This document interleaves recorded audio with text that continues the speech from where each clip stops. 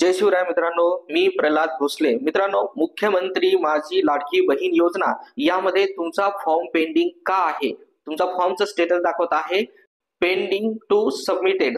याचा अर्थ नेमका काय आहे? नवीन अपडेट आलेली आहे, यासोबतच नवीन काही जे ऑप्शन्स आलेले आहेत त्याविषयीची सविस्तर माहिती आपण या व्हिडिओमध्ये पाहणार आहोत। व्हिडिओ शेवटपर्यंत पहा। चॅनलवरती नवीन आला असाल तर चॅनलला सबस्क्राइब करून ठेवा। तर चला व्हिडिओ सुरू करूया। मित्रांनो, तुम्हाला सर्वात अगोदर नारी शक्ती दूत हे ऍप अपडेट करून घ्यायचं आहे। प्ले स्टोर वरती क्लिक करा।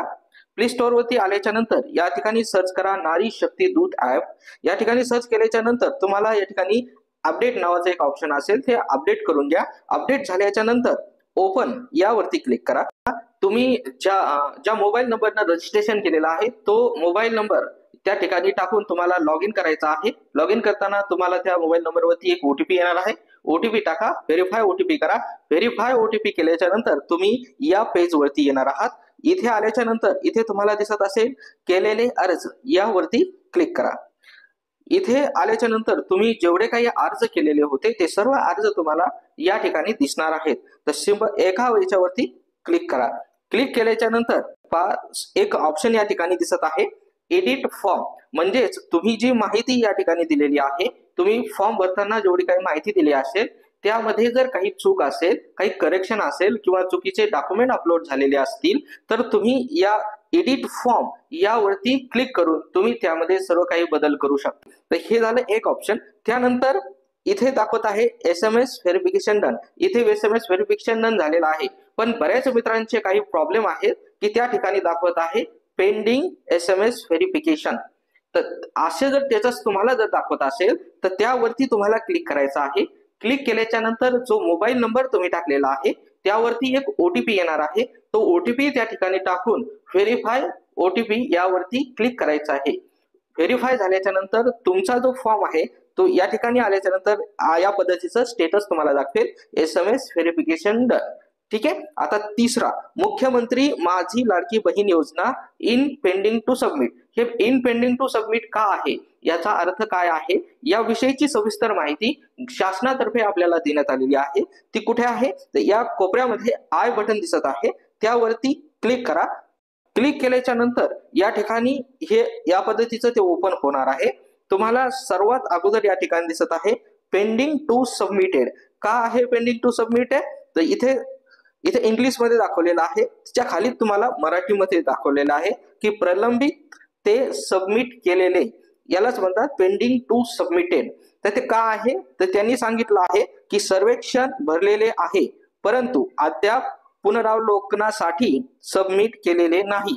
अंतिम सबमिशन साठी हे अद्याप प्रलंबित स्थितीत आहे। म्हणजे याचा अर्थ काय आहे की तुमचा फॉर्म सक्सेसफुली सबमिट झालेला आहे, तुम्ही बरोबर सबमिट केलेला आहे आणि तो शासनाकडे पेंडिंग आहे।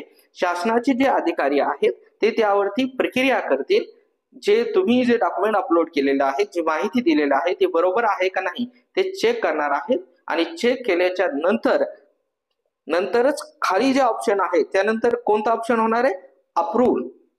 जर योग्य सगळं बरोबर असेल तर त्या ठिकाणी तुमचा फॉर्म हा अप्रूव्हल होणार आहे, मंजूर होणार आहे। मंजूर अप्रूव्हल, तर त्या ठिकाणी समजायचं की सर्वेक्षण पुनरावलोकन करून स्वीकारले गेले आहे। सबमिट कडून आणखीन कोणतीही कारवाई करायची आवश्यक नाही। जर अप्रूव्हल स्टेटस त्या ठिकाणी आलं तर तुम्हाला यापुढे कोणतीही कारवाई करण्याची गरज नाही, म्हणजे यापुढे तुम्हाला काहीच करायचं कारण नाही। ते तुमचे पैसे त्या ठिकाणी सुरू होणार आहे, तुमचं सर्व अप्रूव्हल झालेलं आहे। जे पुनरावलोकनात, तर सर्वेक्षण सध्या पुनरावलोकनकर्त्याद्वारे मूल्यांकन केले जात आहे। सबमिटर फीडबॅक किंवा मंजुरीची वाट पाहत आहे। म्हणजे यामध्ये की करंटली जे काही अधिकारी आहेत ते सर्व तुमचा फॉर्म चेक करत आहे। तो फॉर्म चेक केल्याच्या नंतरच तुम्हाला ते पुढील जे काही स्टेटस आहे ते सांगण्यात येईल, म्हणजे कळवण्यात येईल। त्या ऍपवरतीच तुमचं जे स्टेटस आहे ते अपडेट होणार आहे। त्यानंतर तुम्हाला तुमचं जर स्टेटस रिजेक्टेड दाखवत असेल, नाकारले असं जर दाखवेल तर त्यावेळेस तुम्हाला तिथे काय सांगण्यात येईल की सर्वेक्षण पुनरावलोकन करून स्वीकारले गेले नाही। तुमची प्रोसेस पूर्ण केलेली आहे, डॉक्युमेंट चेक केलेले आहेत, माहिती चेक केलेली आहे, पण तुमचा अर्ज स्वीकारला गेलेला नाही। तर हे पुन्हा सबमिट केले जाऊ शकत नाही आणि आणखीन कोणतीही कारवाई आवश्यक नाही.